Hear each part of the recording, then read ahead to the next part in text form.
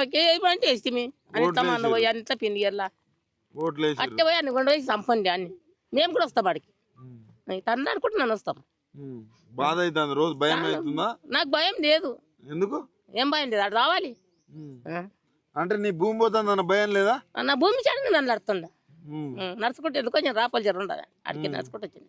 నడుచుకుంటూ ఇక్కడికి వచ్చినా మరి ఆ పిల్లలు చిన్న చిన్న పిల్లలు ఆ పిల్లలు చూపిస్తే మీరే చూస్తారు. ఆ పిల్లలు 12 పిల్లలు ముండలు, ముగ్గురు ముండలు, 2 కోడళ్ళు, నేను ముండలు అయితే.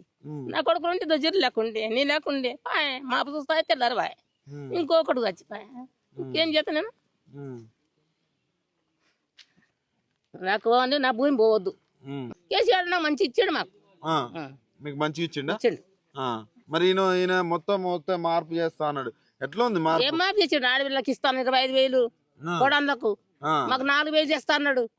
5,000 2 ఇస్తాను, ఇంకా వస్తాను రాకుంటే 5,000 చేస్తాం మొత్తం. కానీ ఈ కాపుదాన పోతా రేపు ఉండే భూమి మీరు వాళ్ళతో ఏళ్ళ పోతాం, రేపు పోతాం, మన పోతామా అయిపోతుంది. ఇంకేడ పోతుంది? మేము ఏదైతే మంది తెచ్చుకుంటాము ఆమె నాతం మళ్ళీ ఓట్లు అడుగుతానికి వస్తే ఏం చెప్తారు కాంగ్రెస్ వాళ్ళు? వేస్తామంటాం, మా ఉత్సవం వస్తామంటాం. ఇట్లా అంటే తేట అంటుండ మా సావుకాలు ఉండరు, మా పట్టి అందరు ఉండరు.